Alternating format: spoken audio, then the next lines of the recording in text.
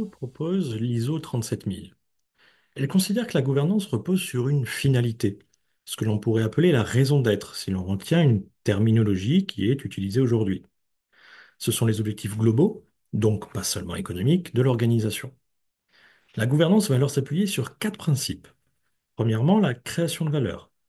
L'objectif de la gouvernance est de participer à un processus global de création de valeur qui dépasse encore une fois la seule question financière ou économique.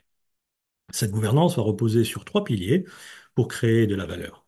Premièrement, la stratégie, c'est-à-dire que la gouvernance fixe la stratégie de l'organisation.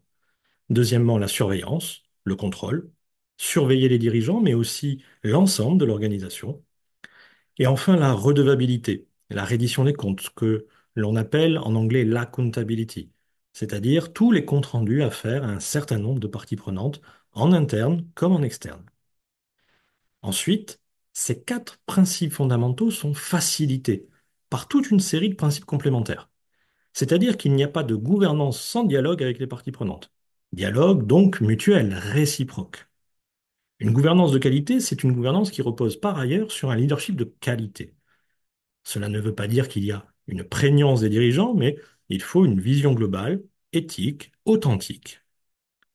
On ne peut pas gouverner sans avoir accès à des données spécifiques par ailleurs, et que ces données suggèrent une décision à prendre. C'est-à-dire qu'il faut avoir un système d'information qui soit performant pour permettre à la gouvernance de prendre des décisions. Il faut aussi avoir une gouvernance du risque, c'est-à-dire tout un processus de management des risques, et la gouvernance a alors un rôle majeur afin de déterminer quels risques l'on peut prendre et quels sont les risques que l'on va éviter. Par ailleurs, la responsabilité sociétale relève de la gouvernance de l'organisation. Elle doit la définir, elle doit la défendre, elle doit la diffuser dans toute l'organisation. Enfin, la gouvernance cherche à viabiliser et à pérenniser la performance, c'est-à-dire qu'une gouvernance de qualité a un horizon de moyen et long terme à l'esprit, et donc une performance de court terme seulement n'est pas recherchée.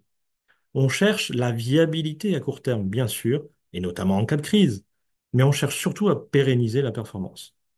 Par ailleurs, cela inclut bien entendu tous les principes du développement durable.